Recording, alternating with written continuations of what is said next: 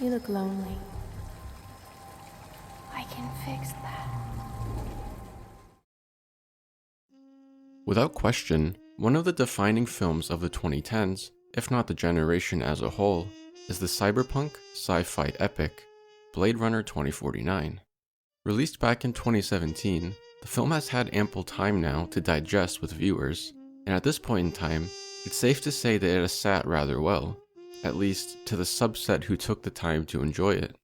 Having been built on the back of a $150 million budget, only to reel in a disappointing $31 million in its opening weekend, the film is by no means one which really drew the attention of the masses.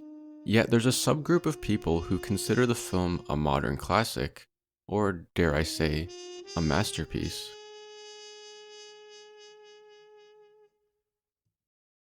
What's it like to be filled with dread? Dreadfully. Dreadfully. Do you like being separated from other people? Distinct. Distinct. Dreadfully distinct. Dreadfully distinct.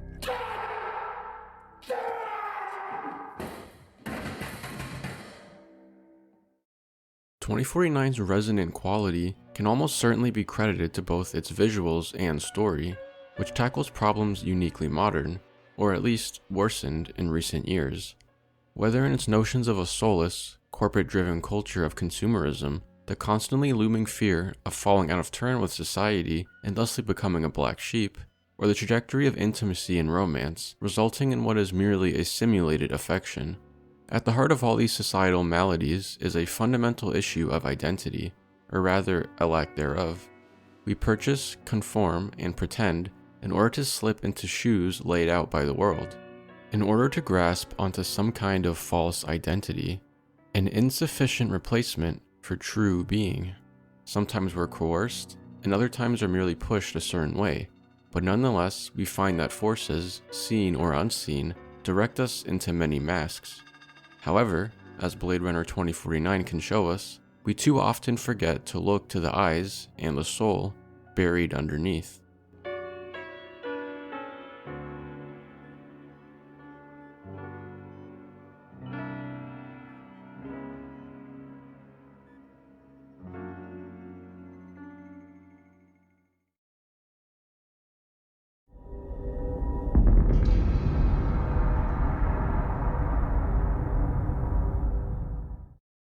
"2049 opens with its protagonist, Officer K, carrying out a usual retirement job. After a struggle with a targeted replicant, an older Nexus 6 model, as seen in the original Blade Runner, K finally manages to put him down. It is here that we first understand K to be a Blade Runner, nothing more, nothing less.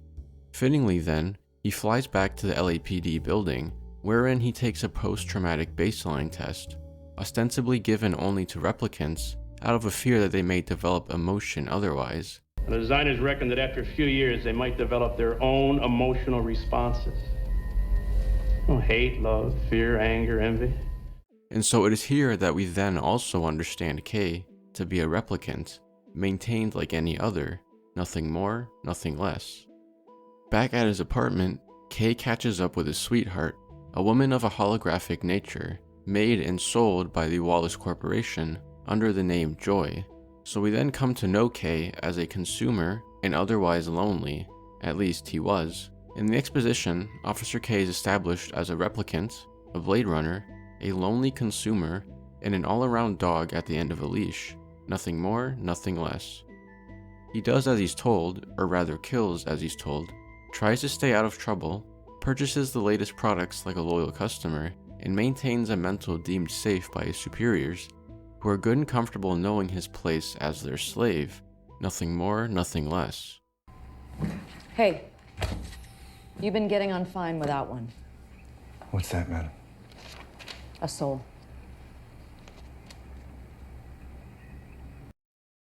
Even more than the original Blade Runner, 2049 depicts its future world as a prison, where replicants had to be sniffed out from the crowd via a Voight Kampf test in the original. The newer generation of replicants in 2049 have already been tamed and domesticated, with some, like K, even programmed to work as Blade Runners, a previously human occupation.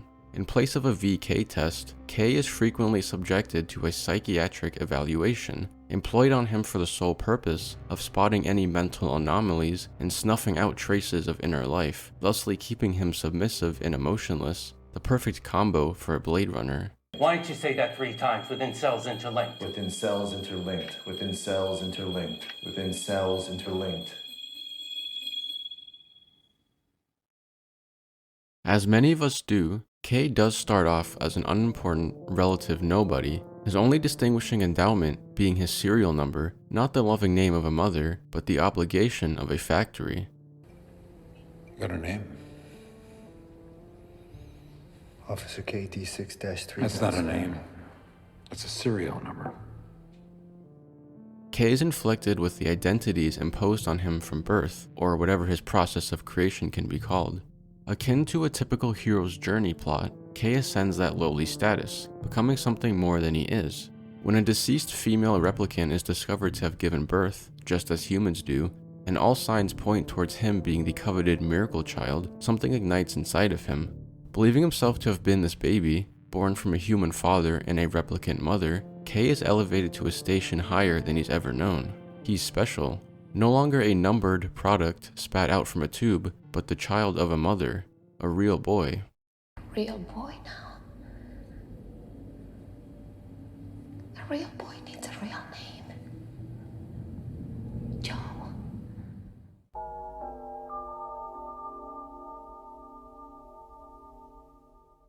We see him express more emotion than ever before. Initially, he's angered and embittered for having been put into this world as something reviled, something fated for death or experimentation, for having been made different, the very attribute he's been trained against his entire existence. Yet he delves into the mystery further than anyone ever asked him to, for it becomes a personal journey. He travels to Las Vegas in search of a man he believes to be his father. When asked his name by this same man, he initially replies by spewing out his serial number. When that verbal strand is rejected, he comes back with, Joe. So, what is Joe? Well, more than a nickname or a mere change of identity, it's a chance at something greater. It's a label that assumes life, a life absent in the serial number KD6-3.7. It's a replacement for the hollow identities comprising him otherwise, whether it be Blade Runner, Replicant, Customer, or any other label. In accepting the name Joe, he disregards the constraining labels of old and embraces his inner humanity, his underlying soul, all because he was born, not made. I always told you, you're special. Born, not made. Yet, there is something wrong in this circumstance. Yes, in embracing Joe, K connects with a humanity long lost and since subjugated, but in replacing the identities imposed on him with one that he equally did not earn, nor particularly deserve, does he actually become any more human? Aside from simply discovering that he was special all along, what actions did K take to make the name Joe something of his own? How is Joe all that different from the numerous other labels cast onto him? If he earned Joe about as much as he willingly chose to be called a Skinner, then aren't both of these titles, despite their differing implications, equally arbitrary distinctions? Initially, K is a skin job because he was made. Then he is Joe because he discovers he was born. In neither instance does he earn his title through true, meaningful action, but through pure happenstance. Even here, at what is perhaps his highest point in the summit of his journey, he is still not even his own man, but merely the new piece of a different puzzle. And so fittingly, in the final stretch of the film, K is shed of his identity as the supposed miracle child, and all other identities he had never earned rightfully, so that he may rebuild something of his own. I do hope you're satisfied with our product. I love you.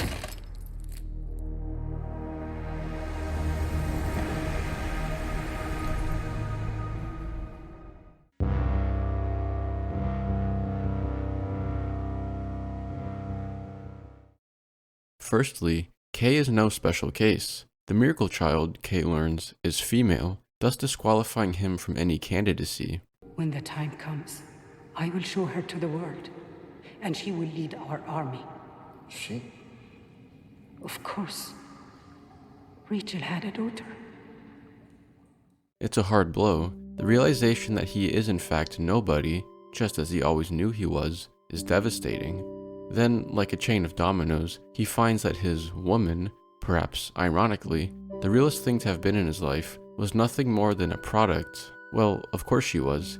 He never had any doubts about it, but he thought she was, at the very least, his product. Unable to find happiness and intimacy elsewhere, he'd bought a Joy holographic girlfriend, and in this submission, he'd defined himself as a consumer, just as he'd been defined as a replicant and a Blade Runner. I see you're also a customer. Are you satisfied with our product? She's very realistic. Thank you. In a clever play on words, his own personal joy had been unhealthily dependent on the artificially constructed joy of the Wallace Corporation. The artificiality of it all is made irrefutably clear when Kay is faced with a giant, purple version of his joy. She speaks to him in a seductive yet impersonal manner, clearly existing only as an advert for enticing other excited men with the cash to purchase one of her for themselves. And sure, anyone can buy a joy, but Kay's was real. She held conversations with him, loved him, and when he believed himself to be the miracle child, she gave him the special name, Joe, in what was a moment and a comment simply too earnest and spontaneous to have been anything but authentic on her end. Right? The real boy needs a real name. Joe. Joe. You look like a good Joe.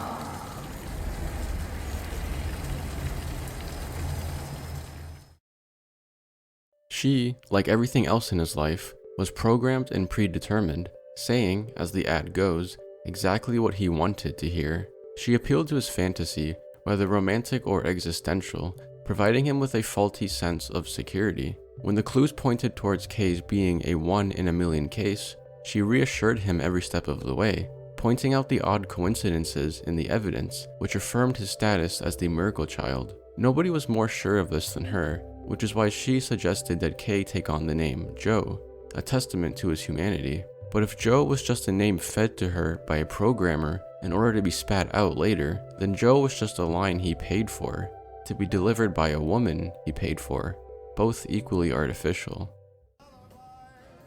It was a day. But it was a day. What a day, eh? Just like the titles Blade Runner, coined by the LAPD, Replicant, a label from the Tyrell Corporation, and Skinner or Skin Job, slurs used by larger human society, the name Joe was decided upon by a corporate power structure larger than himself, nothing he earned or deserved in his own right.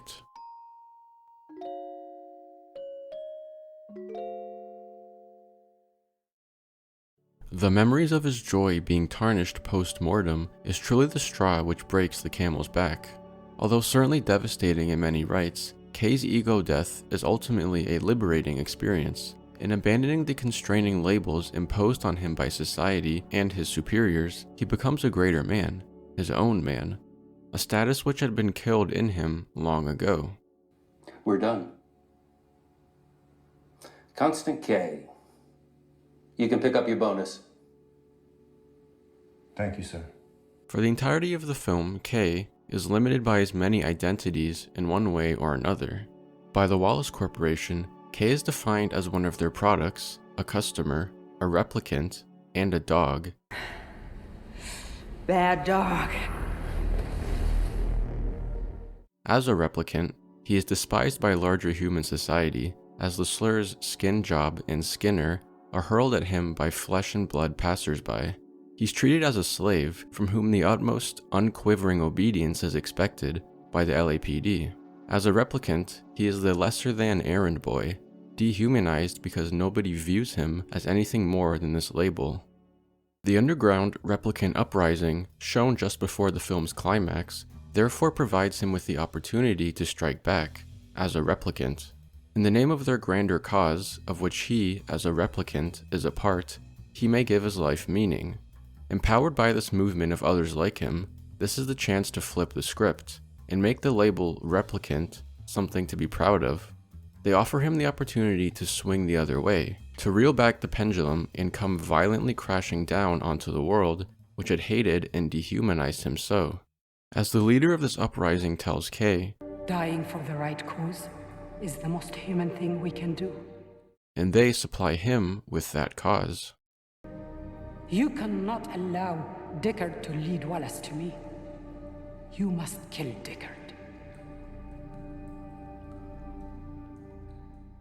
Yet at the hour of action, he disobeys the rebellion leader, preventing Deckard from revealing his information on his daughter by killing his captors, as opposed to disposing of Deckard outright.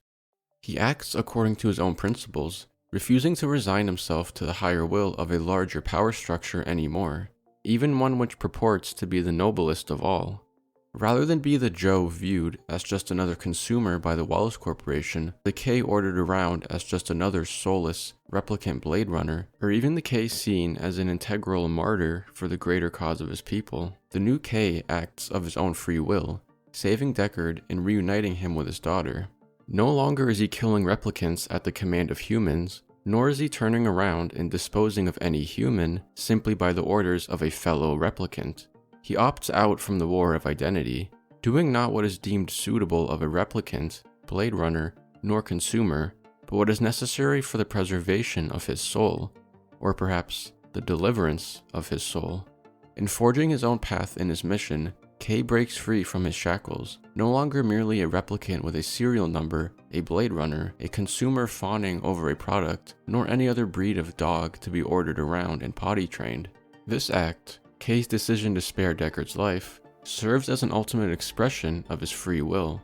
For once, he grabs the reins of his own life. At the climax, K makes the first real decision in his life, the choice to spare Deckard.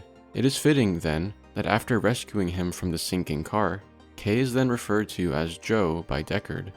For the first time, the name is spoken earnestly, authentically, and compassionately by a real man, as opposed to a designed product, as though K has completed an initiation into humanity and manhood, and, of his own accord, earned his name and received his soul.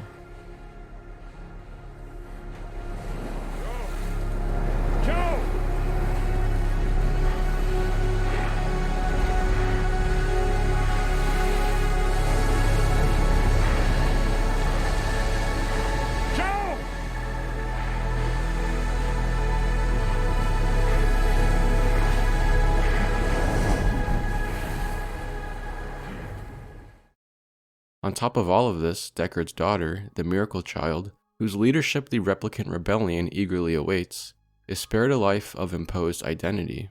Rather than be tossed into the throes of a war she wants no part in, and unwillingly manipulated into a place of power, she may live a life of peace with her father. K's final acts before death are then the acts which ensure her a freer life. He spares her of the struggle he's known. He sacrifices for another rather than for a cause.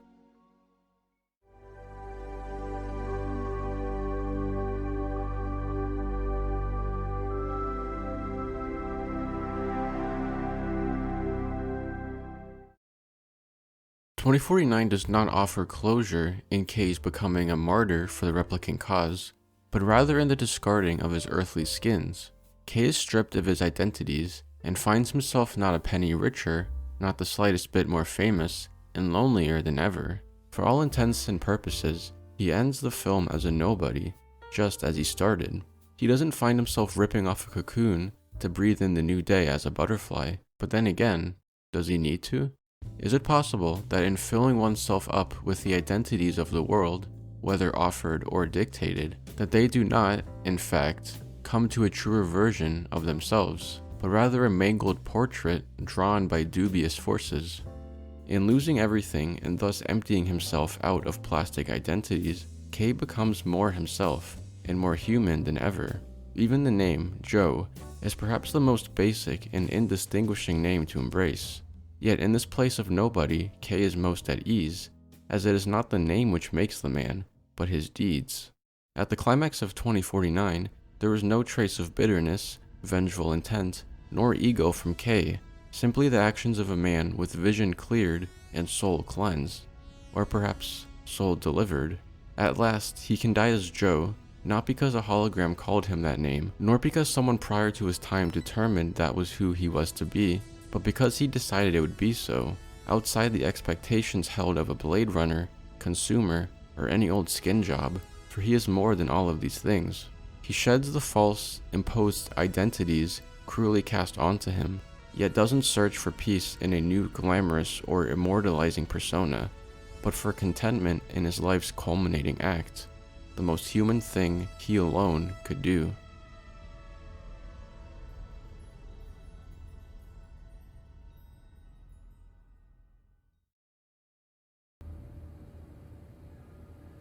Look at me. We're all just looking out for something real.